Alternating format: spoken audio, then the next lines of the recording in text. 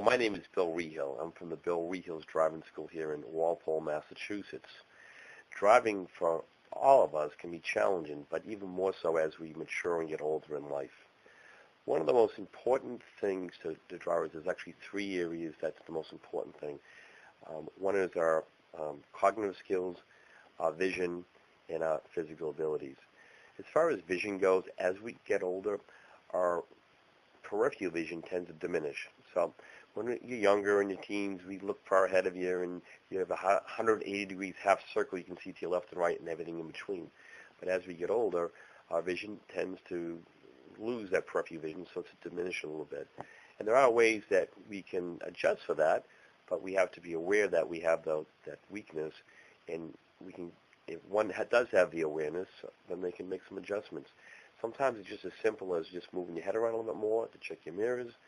Other times it might be wise to get what's called a parabolic mirror that most auto parts stores will sell. And a parabolic mirror is something that clips onto your car, rear view mirror, and it just covers all your blind spots to left and right and from behind, and it helps you to see more what's around you, so you can help make better decisions as you drive. As far as our cognitive skills goes, that can be affected by our medical conditions, and as well as medications that we may be taking. So one of the things that I tell all the drivers that come to me is that it's important to listen to your body. There's going to be some days where you have it, and there's going to be some days where you don't have it. So if you don't feel like you're up to driving, then you don't have to drive. When you really think about that, is there anything that's that important that you have to get to today that can't wait till tomorrow? And if it's that important that you have to get there are other ways we can get there. Call a family member, call a friend. If there's a cab in your area, take that instead. As far as our physical conditions go, other things we can do, our strength, our endurances, those are all things that affect how we drive. Most gyms today, a lot of senior centers today, they have yoga classes, they have physical education classes, which is something whether you get out and just go for a walk, keep your bodies active, keep yourself a little flexible.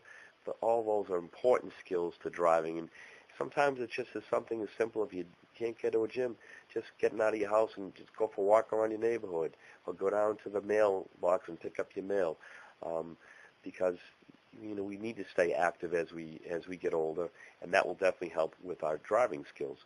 As far as medications go, again, medications that we take have effects on our body, and if you know it affects your body, don't drive. It's very important. A lot of times medications have a label on it that may say if you're taking this, not to drive or not to operate machinery. Just listen to the medications, and talk to your doctor if the medication is affecting you. There's ways that maybe your doctor can alter that medication so that you can not be as drowsy or not feel as your motor skills have slowed down a little bit. Another thing that I instruct older drivers on, or mature drivers, is that roadway patterns have changed over the years. We have new intersection control with traffic lights. So that's where a refresher class to a driver's education program may help to make you better drivers as well. We can take you out. We can go over some of these new intersections, some of the new rules in the road, and those things will help to make you a better driver as well.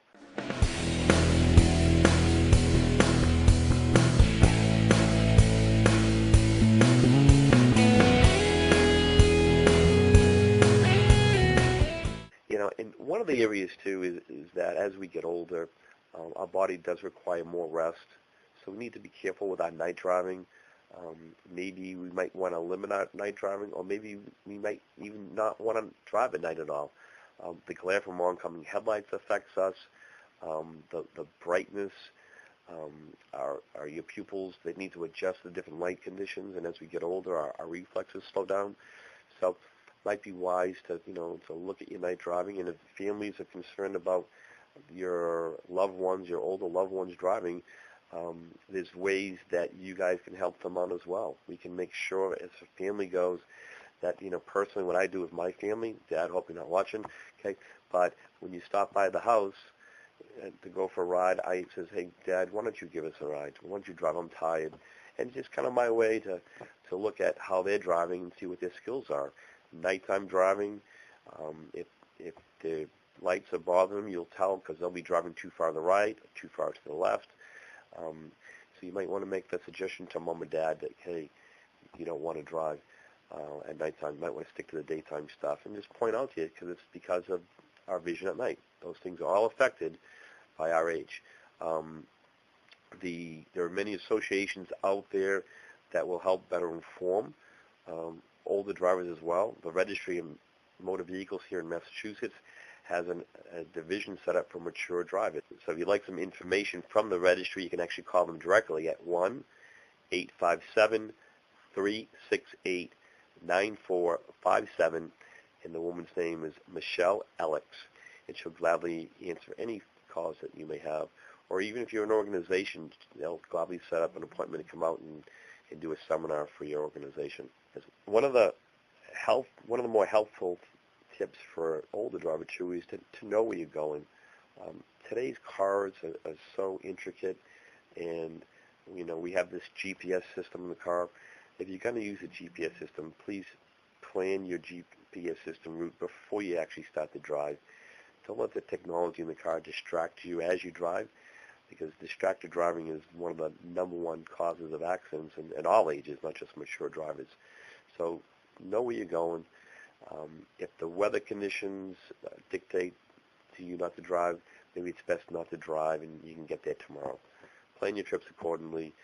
If you have to stay overnight at a family member's house because you're staying there too late, do that.